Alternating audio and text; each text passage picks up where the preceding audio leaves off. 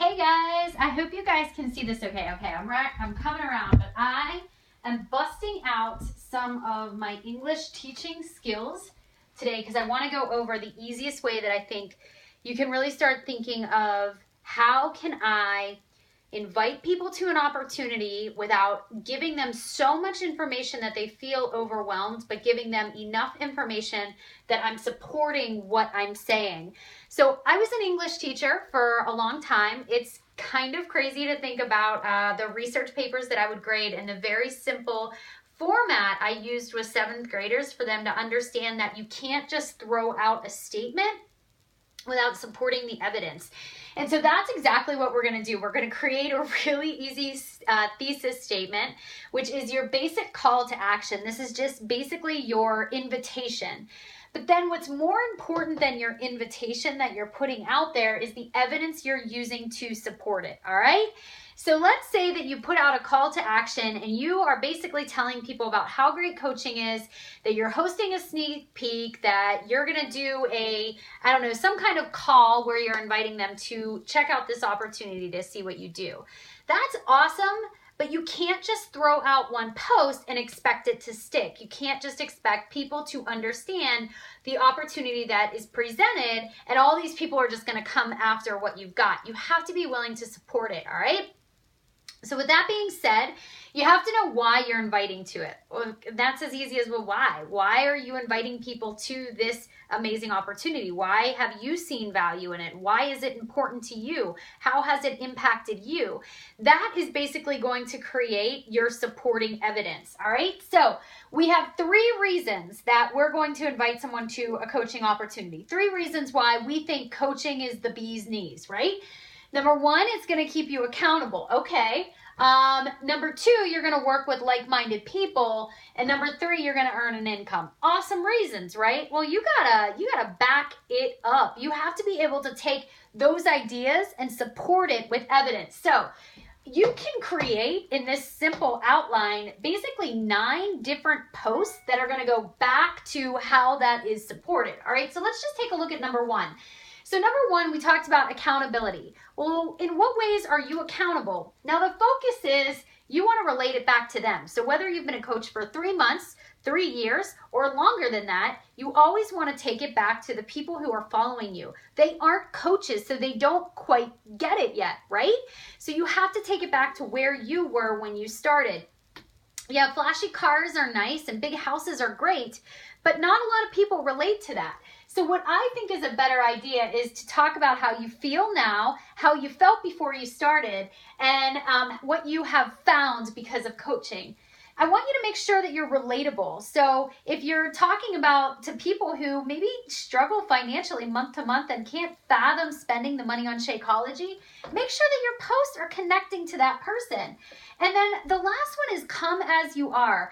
I have learned that people think that a posting or how you are as a coach is a one-size-fits-all approach, and that's certainly not the case. And me being accepting of different people and meeting them where they are is really, really important. So I keep those things in the back of my mind as I'm posting. So let's go back to what we were talking about, right? So you have accountability. I'm going to take 3 ways that I want to focus on accountability, and I'm going to use my personal experience to talk about those things. So number 1, well, I've been able to keep the weight off for 4 years. That's pretty big. That's a big part of my story too, is that coaching, because I was teaching other people how to do it, I had to be able to do it myself. So I kept that weight off for 4 years. Number 2, dude, I'm so not a nutritionist. I'm so not a fitness expert. I am definitely not somebody who just gets the idea of working out, loving my 6-pack. That's not me. But I know that I can make it easy. And I know no matter where I am on my fitness journey, it all comes back to this idea of the containers. It's nutrition that's really easy to follow. I have meal plans in place for my customers. I not only follow them, but I can provide them for you as you start your journey as well.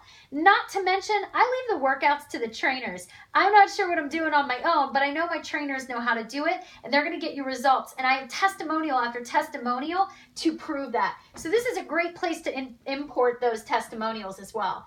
Dude, and number 3, the backbone of our business is our simplified nutrition, Shakeology. You have to be willing to educate yourself on what Shakeology is, how it's worked for you. Do you have your own Shakeology story? And how has Shakeology and your use of it helped you with that accountability piece? I can create 3, actually so many more than 3, but for the sake of this example, 3 posts about accountability. Let's go with number 2. You want to work with like-minded people. Let's say coaches are happy people in general. So I know that I had a mentor help me. I know that working with people who were helping me, showing the people that you're surrounded with on a daily basis. I talk up the fact that I have a mentorship program in place, one-on-one trainings, whatever it is that you offer, you're talking that up there so people understand they're not on this island all by themselves. Number 2, our team calls. Whatever your culture is in your team, what are things that your team does? My team is known to sweat for something bigger. So I talk that up and I talk about how we do that in our team calls, how we focus on that, the support that I provide in there. And then positive celebrating successes, whether it's in your coaching group, shouting out your coaches and recognizing for them for what they're doing on your own wall and their wall, but more importantly, recognizing your challenger successes as well. So they see, wow, this person legit is helping people. I can do that too. So that's your number 2. You're going to work with like-minded people. And then number 3, income. Now remember, Beachbody has a disclaimer in place. So if you are making claims in terms of income or what you've been able to do because of the financial opportunity, you got to back that up. You have to make sure that that is in place. But let's talk about income for a minute. Number 1, I talk a lot about how you're not going to come in here, it's not going to be a quick fix, and you're not going to make money unless you're helping people. And so I make it very clear that this is an impact income opportunity only, and I want to work with people who are willing to do just that. The other thing I do is I talk about the incentives, whether you're going to Riviera Maya or where are we going? Punta Cana, I almost forgot for a minute. Those travel opportunities are an awesome incentive that you can use to back up. And then groceries. I'm not talking about where I am 4 years into the business. I'm talking about where I was when I started working the business, that I needed to get my groceries paid for. It was those small successes that were helping me along the way.